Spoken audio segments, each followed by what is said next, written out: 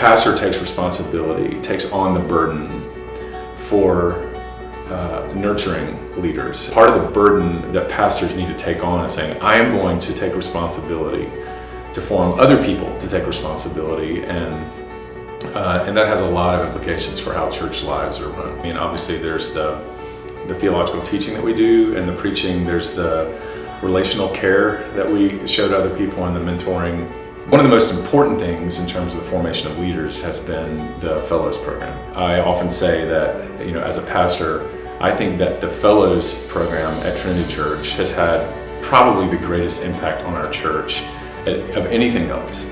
And so putting this infrastructure in place, putting a program director in place, putting those fellows in homes of people in the congregation, putting them in jobs in our city, putting them in ministries in our church, it's been totally transformative, both for our church, but also for the fellows themselves, many of whom have become leaders in our church and in our community.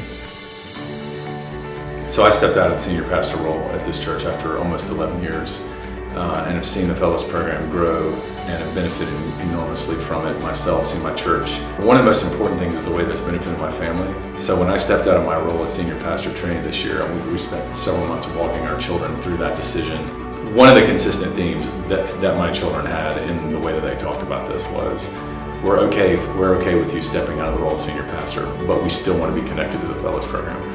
We still want to know the fellows, and we still want to have them as a part of our life and our home.